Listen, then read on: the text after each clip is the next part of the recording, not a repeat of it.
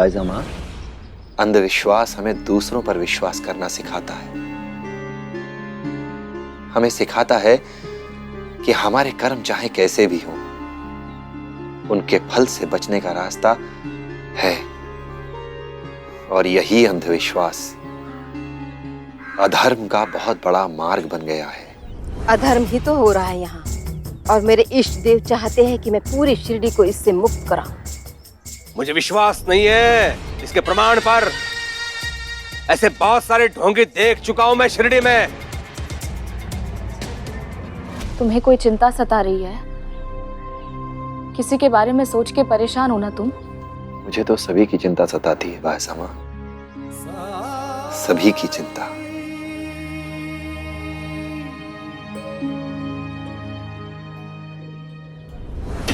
चिंता का कारण वो है उसकी शिरडी में उपस्थिति, वो जो हर दिन धीरे धीरे आपको तोड़ना चाहता है।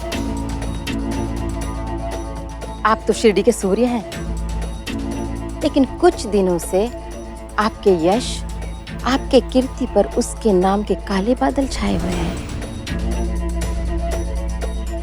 आपकी जीत हो सकती है, लेकिन इतनी आसानी से नहीं। आप जैसे पुण्यात्मा के साथ अगर हमारी शक्तियां मिल जाए तो कुछ भी असंभव नहीं है।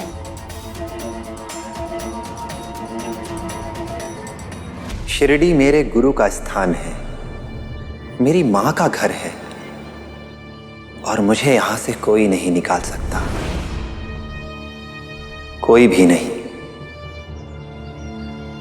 सरकार, सरकार, ये देखिए, ये सच कह रहे हैं। ये वही मिले जहां इन्होंने कहा था।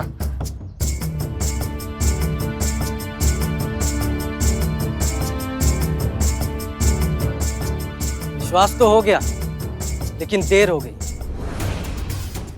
बुआ जी का ऐसा अपमान आज तक किसी धाम में नहीं हुआ। इष्ट देव ने सत्य कहा, ये जगह शापित है, और इतने अविश्वास के बाद हम यहाँ एक पल भी नहीं रह सकते। जा रहे हैं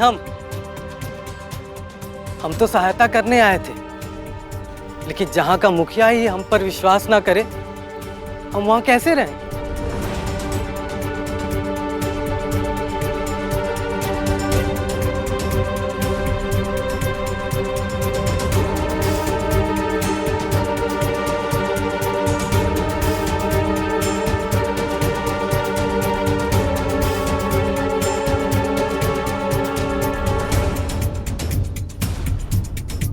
आप तो मुझे अवश्य रोकेंगे कुलकर्णी सरकार। रुको।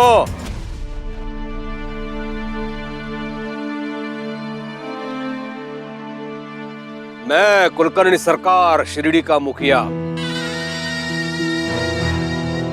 तुम तीनों को अनुमति देता हूं। तुम जब तक यहां रहना चाहते हो रह सकते हो, और जब तक रहोगे राशन पानी मेरे यहां से प्राप्त होगा तुम्हें। हरिओम।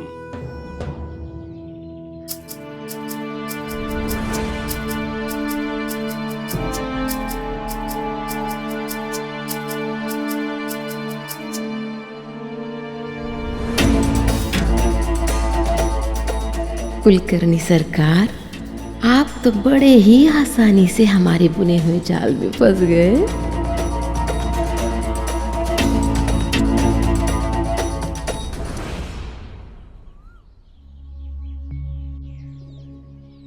मुझे विश्वास है कि उन्हें सही रास्ता मिलेगा,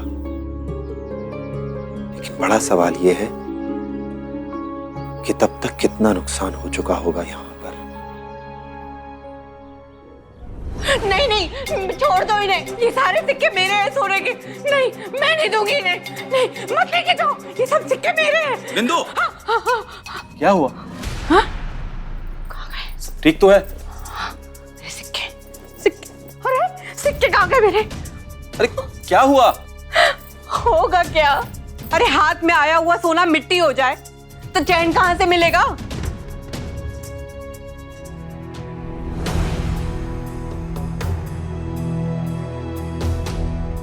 जब अपने रिश्तेदार ही दुश्मन बन गए हो ना, तो खंडोबाजी भी क्या करेंगे। अरे आपका अपना छोटा भाई उस साईं के चंगुल में खुद तो मजे कर रहा है और हमारे सर पे इस कावेरी को बिठा गया है।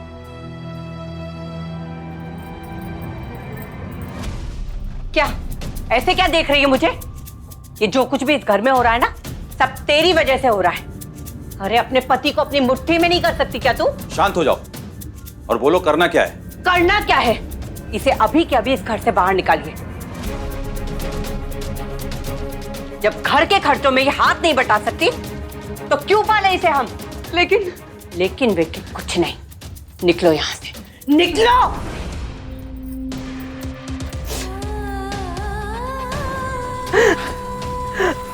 मेरी क्या गलती है? आप मेरे साथ ऐसा नहीं कर सकते। ससुराल में पत्नी का अस्तित्व उसके पति से होता है, और जब तुम्हारे पति ने ही तुम्हें अस्वीकार किया है तो हमने भी यहाँ कोई धर्मशाला नहीं खोल कर रखी है तुम्हारे लिए।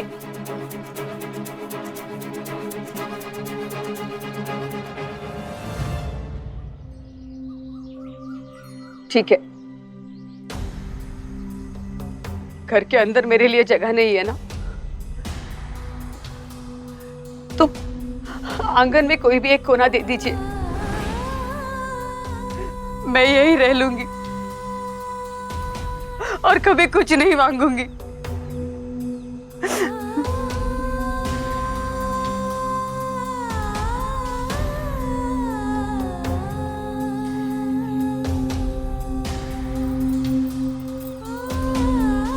बस ये चंदा दे दीजिए मुझे। ये लाए थे इसे, इन्होंने इसे पाल पोस कर बड़ा किया है। इसका दूध बेचकर मुझे जो भी मिलेगा उसी में अपना गुजारा कर लूंगी। कहा ना तुझे कुछ नहीं मिलेगा।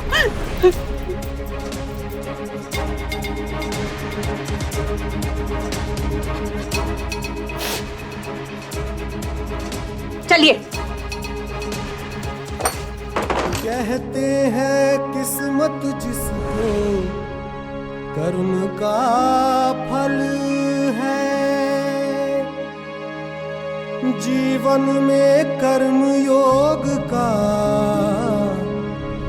मार्ग ही अटल है। जो कुछ है हाथ में तेरे एक यही पल है। मैंने तब एक पत्नी का धर्म नहीं निभाया। अगर उस दिन मैंने उनका साथ दिया होता तो आज ये दिन नहीं देखना पड़ता।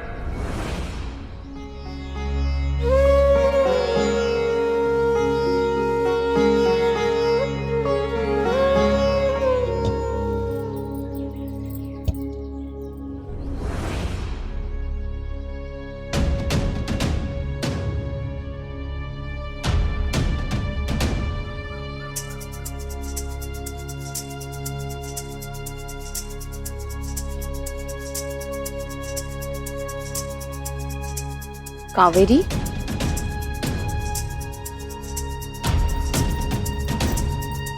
क्या हुआ? तुम रो क्यों रही हो? कुछ नहीं भाई साहब, मैं ठीक हूँ।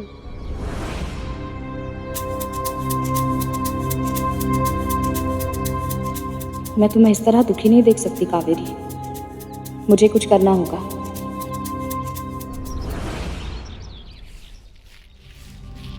अब एक कावेरी का खर्चा भी बच गया। अब इनसे कहूंगी कि इस बार दशहरे में मेरे लिए एक साड़ी तो खरीदे। अरे आप आ गए, आप ही के बारे में सोच रही थी। लाइए दीजिए।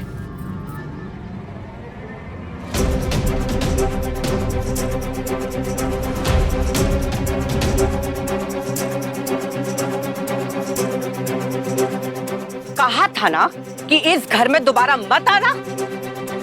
फिर जली आई मुंह उठाकर। ये नहीं आई है।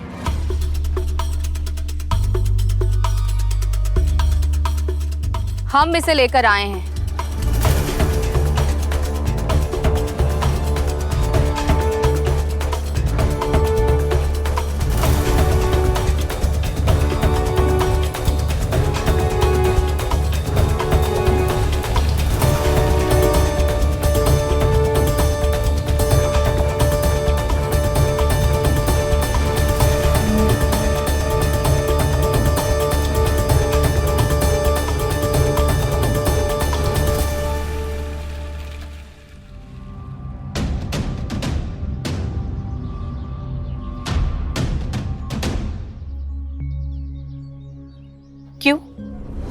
कुएं के पास बैठकर रो रही थी, कुछ कह नहीं रही थी। बहुत बार पूछने के बाद इसने बताया कि इसके साथ क्या हुआ है। आप लोग इसके साथ ऐसा करेंगे ये मैं कभी सोच भी नहीं सकती थी। इसकी तकलीफ आपको दिखाई नहीं दे रही है?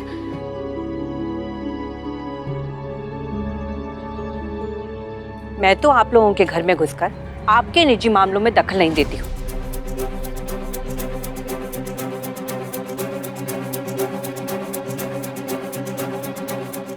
किसी औरत का अपमान होना, उसके साथ अन्याय होना सिर्फ निजी नहीं बल्कि सामाजिक समस्या भी है। अरे लेकिन इसके पति ने इसे त्याग दिया तो फिर हम क्यों पाले इसे?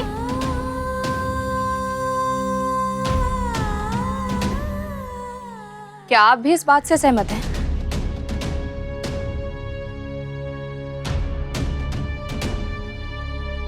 मैं अपने पत्नी के फैसले से पूरी तरह से सहमत हूं।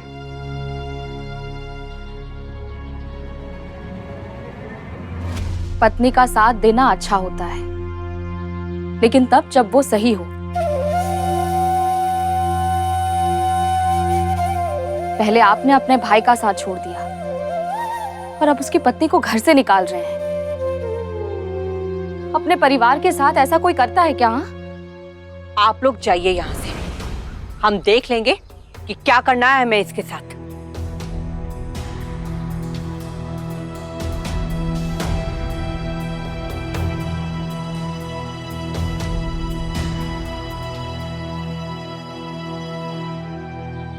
इस घर पे कावेरी का बराबर का हक है। अगर आप नहीं मानी तो मैं पंचायत को बुलाकर फैसला करवाऊंगी। कावेरी को उसका आधा हिस्सा दिलवा के रहूंगी।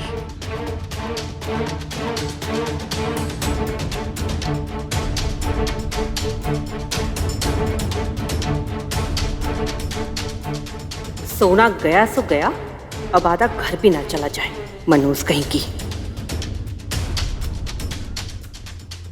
मुझे कुछ नहीं चाहिए।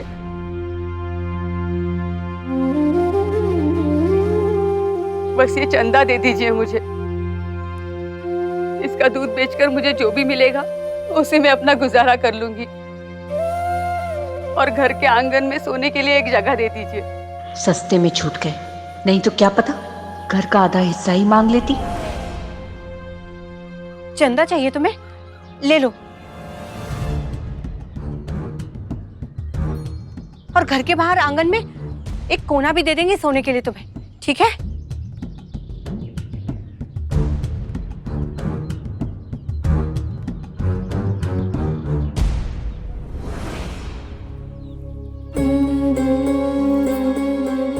मुझे खुशी है तुमने किसी और पर निर्भर ना होकर अपने पैरों पर खड़े होने का फैसला किया है, और तुम्हारे इस फैसले में मैं तुम्हारे साथ हूँ। मैं भी तुम्हारे साथ हूँ। हाँ, मैं भी तुम्हारे साथ हूँ। हम सब तुम्हारे साथ हैं।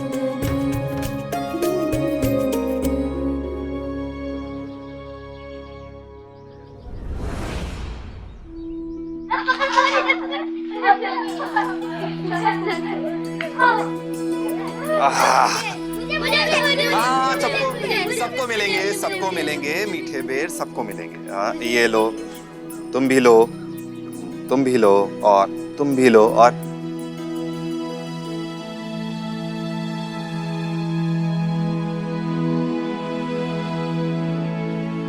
मेरी लक्ष्मी आज इतनी चुपचाप है, मतलब किसी गहरी सोच में डूबी है।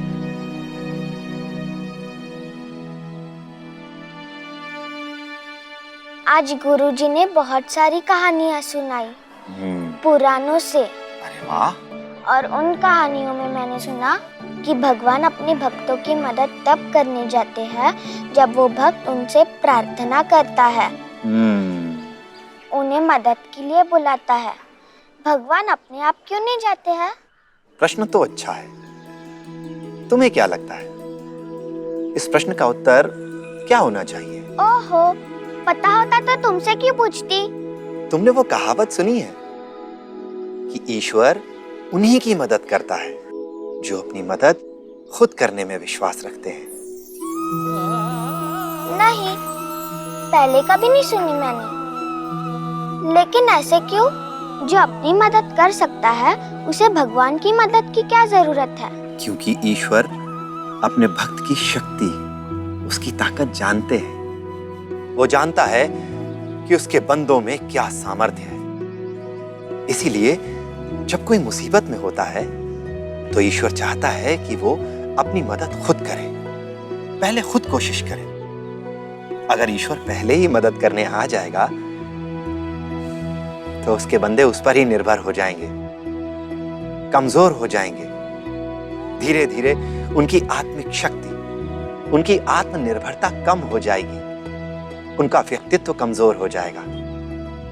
और ईश्वर चाहता है कि उसका हर बच्चा अपने इस जीवन में अपने किसी गुण, अपनी किसी शक्ति को व्यर्थ न जाने दे। और इसीलिए जब उसके बच्चे अपनी सारी कोशिश कर कर हार जाते हैं तब वो खुद मदद करने आ जाता है। अब समझ में आया? हाँ, समझ गई। आपको हर सवाल का जवाब कैसे आता है? जैसे तुम्हें इतने सारे सवाल आते हैं। खाओ।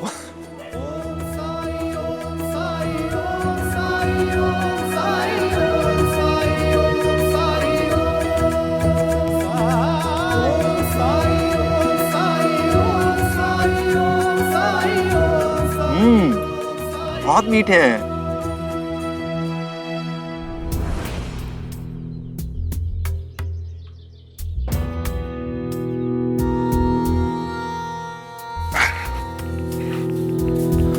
हरिओम। अंता, उन तीनों के लिए सामान ले लिया? हाँ सरकार, जैसे आपने कहा था, सबसे अच्छे चावल, तेल, घी, दाल और पताशे भी। लेके जाओ। यदि उन्हें और कुछ चाहिए तो उनसे कहना मुझसे आकर मिले। हरिओम। जी सरकार, चलो।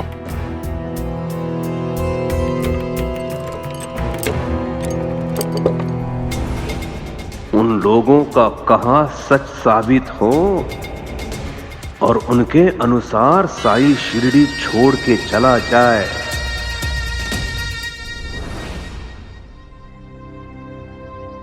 पता नहीं वो सोना हमें कब मिलेगा।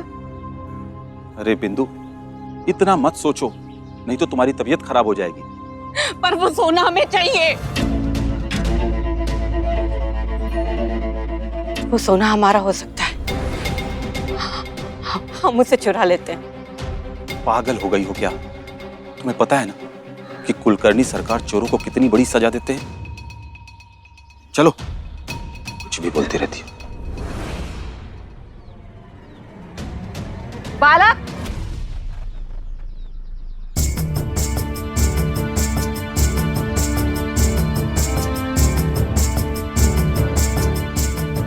आपने हमें बुलाया? हाँ, मैं आपकी सारी मुसीबत दूर कर सकती हूँ।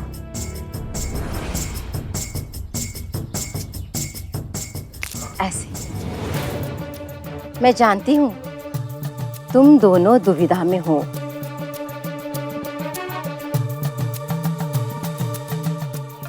आओ मेरे साथ। चलिए चलिए।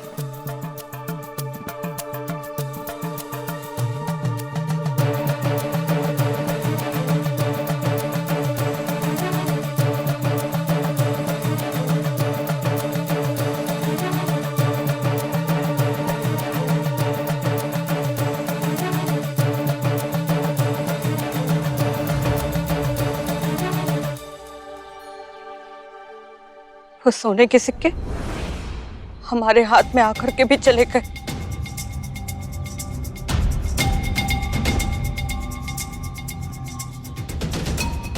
हम लोगों के साथ बहुत गलत हुआ है।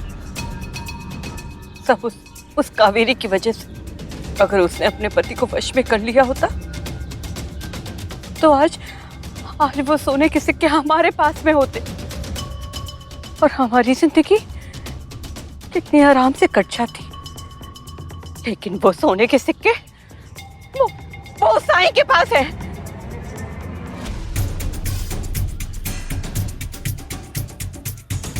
शांत हो जाओ बिंदु, शांत हो जाओ। हे खंडोबा, कुछ कीजिए।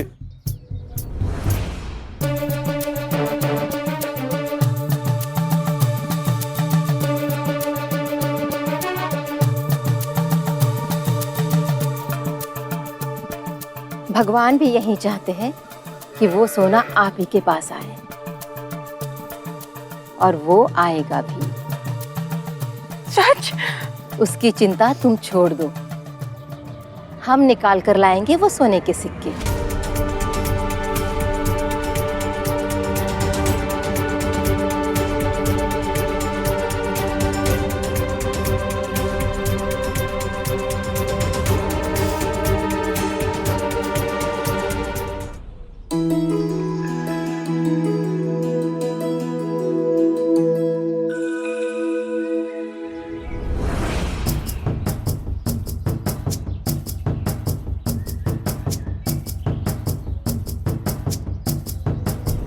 तुझे ज्यादा से ज्यादा जानकारी हासिल करनी है उस साई के बारे में, अप्पा के खंजर के बारे में, और इस पूरे गांव में हर घर में क्या क्या कीमती सामान है ये सब जानना है।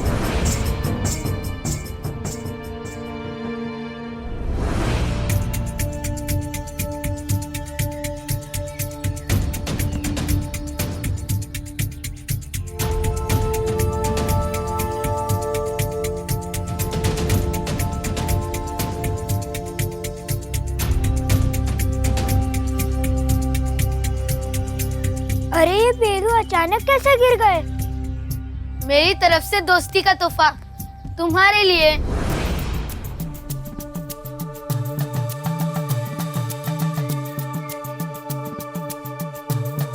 तेरा निशाना इतना अच्छा कैसे है? हमारे जो इष्ट देव है ना, सब उनका आशीर्वाद है। वो बहुत शक्तिशाली है और कुछ भी कर सकते हैं। शक्तिशाली तो मेरे पिताजी है, मुखिया है इस गांव के। कुलकर्णी सरकार, तुम उनके बेटे हो? अरे वाह, वैसे मेरी बुआ जी उनकी भी मदद कर रही हैं। मेरे पिताजी को किसी की मदद की जरूरत नहीं है। शायद तुम्हें पता नहीं है। मुझे अपने पिताजी के बारे में नहीं पता होगा। अच्छा, तो तुम सब जानते हो उनके बारे में? मुझे नहीं तो किसे पता होगा? तो क्या तुम कुलकर्णी सरकार और साई के बारे में भी जानते हो? हाँ। क्या क्या जानते हो? तुम कैसे बेवकूफी वाले सवाल कर रहे हो? मुझे मालूम है, मेरे पिताजी साई को शिरडी से बाहर करना चाहते हैं। हमारे लिए फल तोड़ने आए हो या साई के बारे में पूछताछ करने? तुझे साई से क्या मतलब? इससे बात मत करो, ये लोग अच्छे नहीं हैं, मैं समझ गई हूँ। श्राप जानती है क्या होते हैं? अगर दे दिया ना तो मरने के बाद सीधा नर्क जाएगी, नर्क।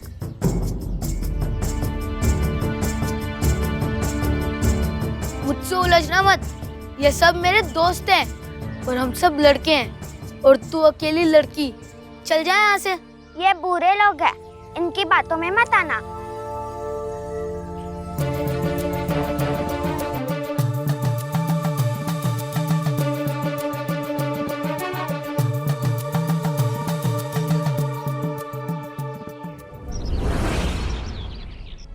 तेरह, 14, 15, 16, 17। लक्ष्मी, तुम्हें इतनी गिनती आ गई? बीच में मत बोलना, नहीं तो मैं गिनती भूल जाऊंगी।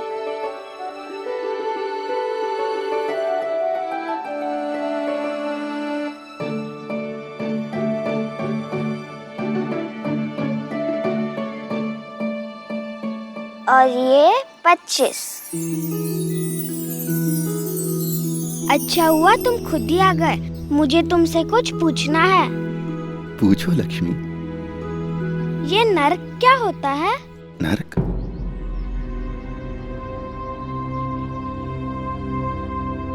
तुम्हें नर्क के बारे में किसने बताया? क्यों पूछ रही हो? वो फुंतरू है ना, वो बोला जब मैं मरूंगी वो मुझे नर्क में भेज देगा। ऐसा बोला उसने? हाँ।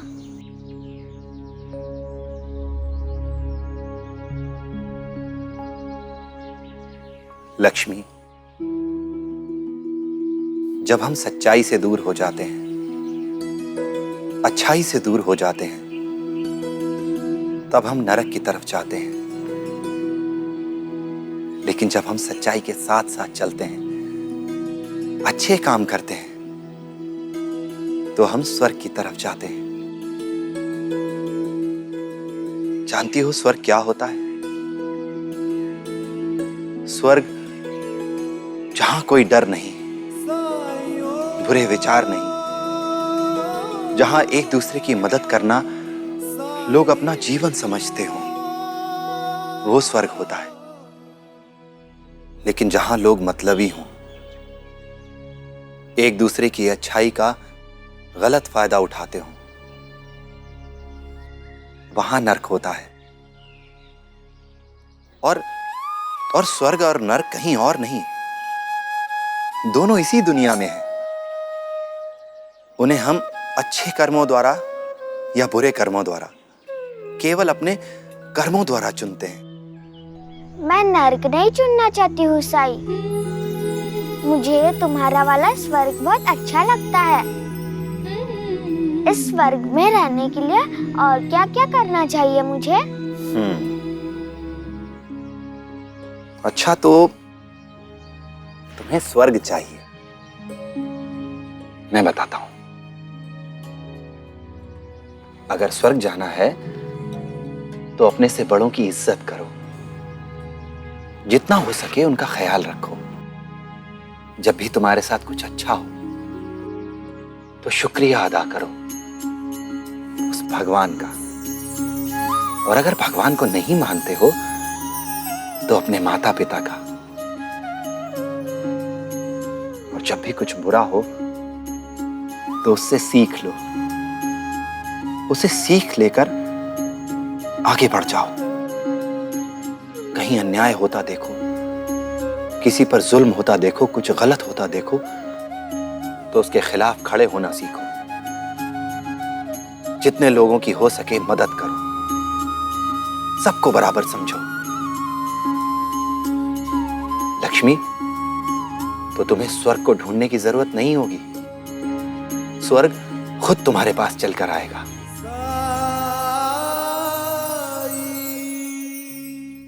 ज्यादा तो नहीं, लेकिन कावेरी की कुछ तो मदद कर सके हम। ये आपने अच्छा किया। जानते हैं,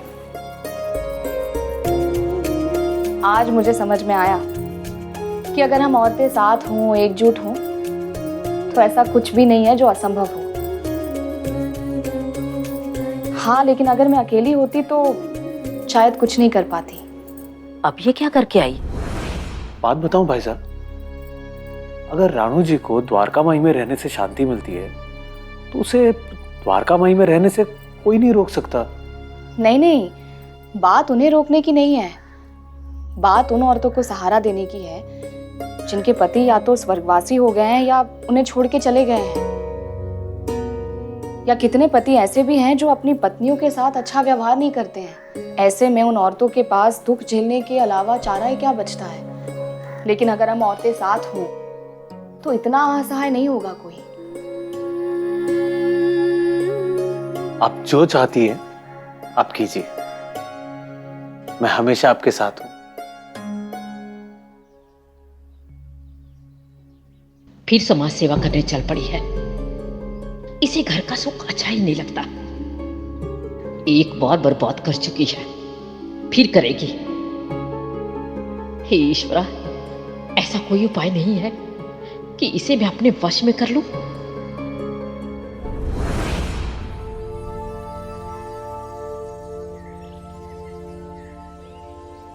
ये है मेरा घर। अच्छा घर है। कौन कौन रहता है? मैं, मेरी आई, मेरे बाबा और मेरी आजी।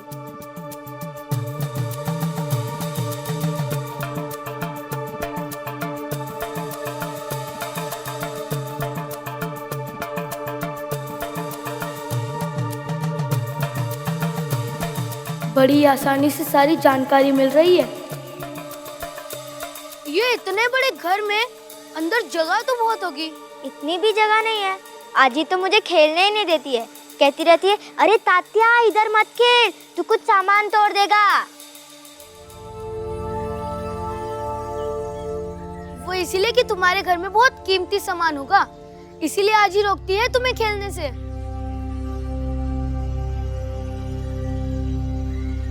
कौन है ये? आजी ये फुंतरू है, ये यहाँ शिरडी में बुआ जी के साथ आया हूँ। बड़ी सिद्धियाँ प्राप्त है उन्हें। तो यहाँ के मुखिया चाहते हैं कि हम अपनी सिद्धियों के बल पर शिरडी पे आने वाले हर संकट को नष्ट कर दें। हमारे इष्ट देवता बुआ जी से सीधे बात करते हैं और वही लोगों की समस्याओं का समाधान भी बताते हैं। और बुआ जी ने ही तो वो मारुति मंदिर का सामान ढूंढ के दिया। अगर आपको कोई भी परेशानी हो तो आप बुआ जी से मिलने जरूर आइएगा।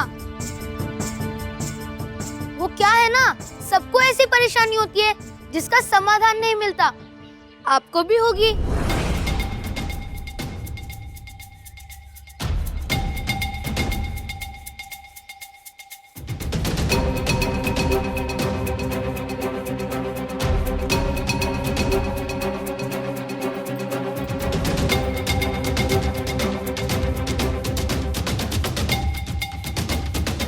हाँ, आऊंगी, जरूर आऊंगी।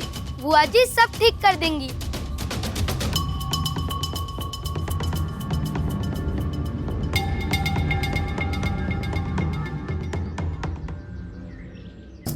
आज मैंने जो किया है वो सुनकर बुआ जी बहुत खुश होंगी।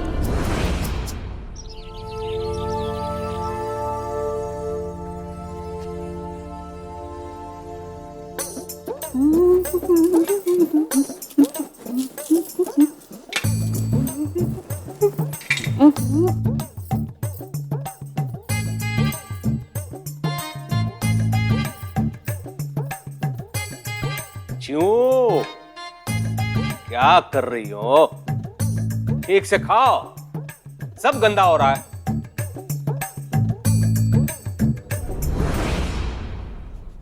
अच्छा, शादी से पहले पराया धन थी मैं, अब शादी के बाद दोबारा लौट कर आई हूँ तो गंदगी हूं ना घर की, कचरा हूं मैं तो। मेरी जगह घर में है ही नहीं, है ना? अच्छा हुआ तुमने ये बात उठाई, मैं स्वयं तुमसे इस बारे में बात करने वाला था। क्या? क्या मैं कचरा हूँ? अरे नहीं, अपने पति के घर को छोड़ के तुम्हारा यहाँ रहना। मतलब तुम चाहते हो कि मैं चली जाऊं? हाँ? जीवू, आज तक कुलकर्णी सरकार के परिवार पर किसी ने उंगली नहीं उठाई, लेकिन इसी प्रकार हर कुछ दिन में तुम्हारा यहां आके रहना लोग बातें करेंगे।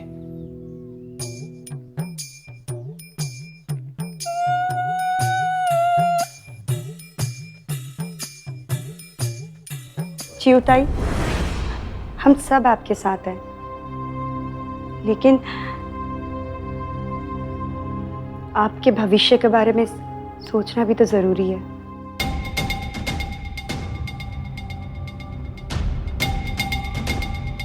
अच्छा, तो अब सब मुझे यहाँ से निकालने की तैयारी में हैं, ये जानते हुए भी कि मैं वहां पे खुश नहीं हूँ। इस बात की सजा दी जा रही है मुझे, उस बात की जिसमें मेरी कोई गलती नहीं है। मैंने अपने मर्जी से शादी की थी। मुझे अगर वहां जरा सा भी समाधान मिलता ना तो यहाँ नहीं आती मैं, आप सब पे बोझ बनने के लिए।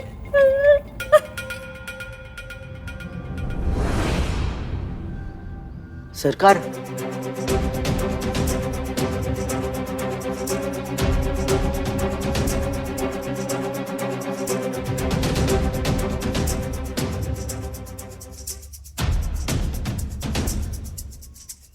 बात तो तुम सही कह रहे हो, हो सकता है उन तीनों के पास जीव की समस्या का समाधान हो।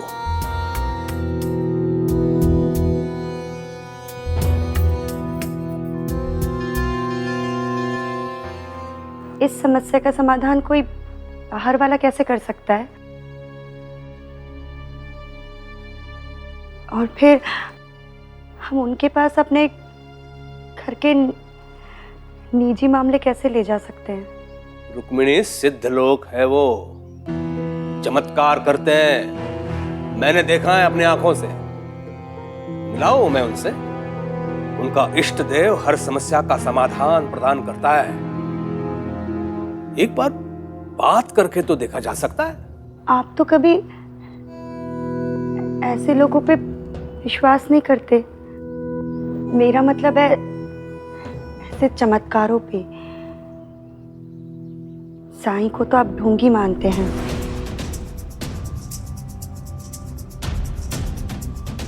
और अब इन 3 लोगों पे कैसे कर सकते हैं विश्वास?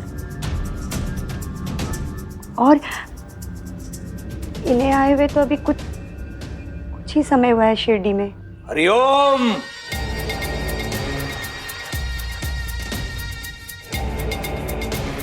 तो मुझसे अधिक समझती है? हा? मुझसे अधिक अध्ययन है तुम्हारा? मुझसे अधिक ज्ञान, अधिक परख है तुम्हारी? चुप रहा करो। अगर दादा कह रहे हैं कि वो बुआ मेरी मदद कर सकती है, तो उससे तुम्हें क्या परेशानी है?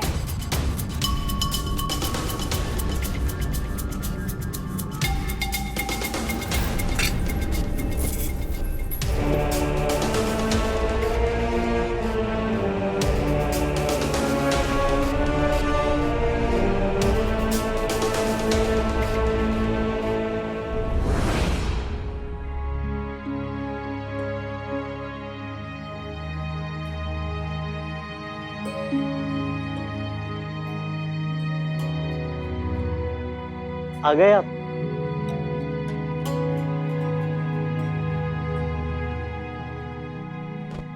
ए साई,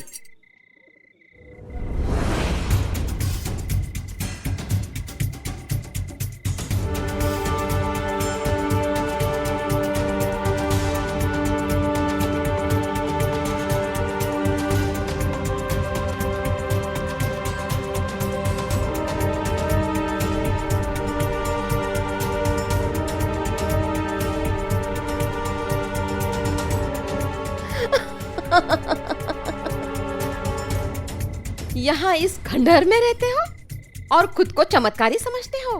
मैंने तो कभी खुद को चमत्कारी नहीं कहा। हाँ हाँ, चमत्कारी नहीं कहा, लेकिन लोगों को बुद्धू बनाने के लिए तो चमत्कार ही तो दिखाते हो। वैसे तुम जैसों की मानसिकता मैं बहुत अच्छे से जानती हूँ। भिखारियों के जैसे रहना और लोगों से माल ऐड कर छुपा के रखना, ताकि किसी को तुम पे शक ना आए। आपको कोई गलत फहमी हुई है। ये खंडहर ही नहीं, पूरा शिरडी मेरा घर है। और मैंने आपसे कहा था ना कि सारे शिरडी वासी मेरे लिए मेरे बच्चों जैसे हैं। लेकिन अब शिरडी पर से तेरा नियंत्रण खत्म होने जा रहा है। शिरडी को उनकी बुआ जी मिल गई है। बुआ जी जो झूठ बोलकर लोगों से सोना हथिया लेती है। अच्छा, और जो सोना तूने हथिया लिया वो? रानू जी का परिवार आया था हमसे मदद मांगने के लिए। सच सच बता, वो सोना कहाँ छुपाया तूने? जिसको जो ढूंढना है ढूंढ सकता है। मैंने कभी किसी को नहीं रोका है। द्वारका माई में सबका स्वागत है।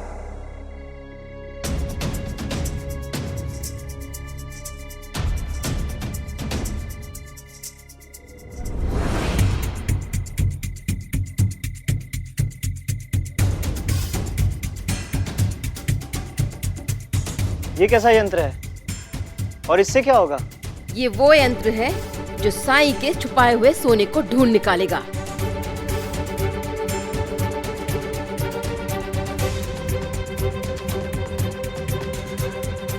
इस दिशा की ओर दिखा रहा है ये यंत्र। चलो।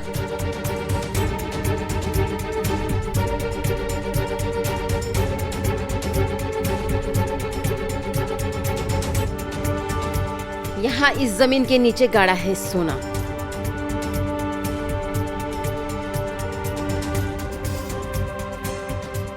अरे अब ये सुई तो उस दिशा की ओर दिखा रही है। यहाँ मिलेगा जमीन के अंदर वो सोना।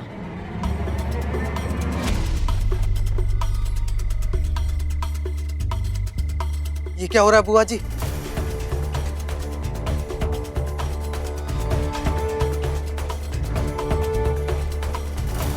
चलो, सुई वहां दिखा रहा है।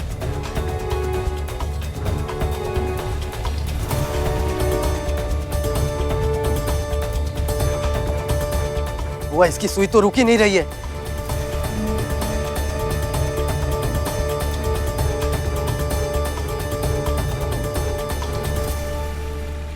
क्या हुआ? अभी तक समझे नहीं मूर्खों? जहां जहां साईं के चरणों की धूल, तहां तहां सोना। चुप चमचे, तुझ जैसे मदारियों और जमोरियों का खेल मैं बहुत अच्छे से जानती हूँ।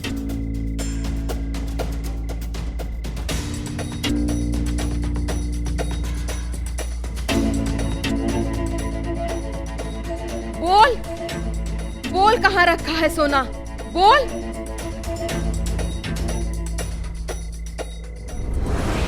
वहां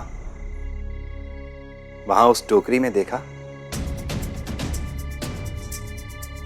जाओ देखो।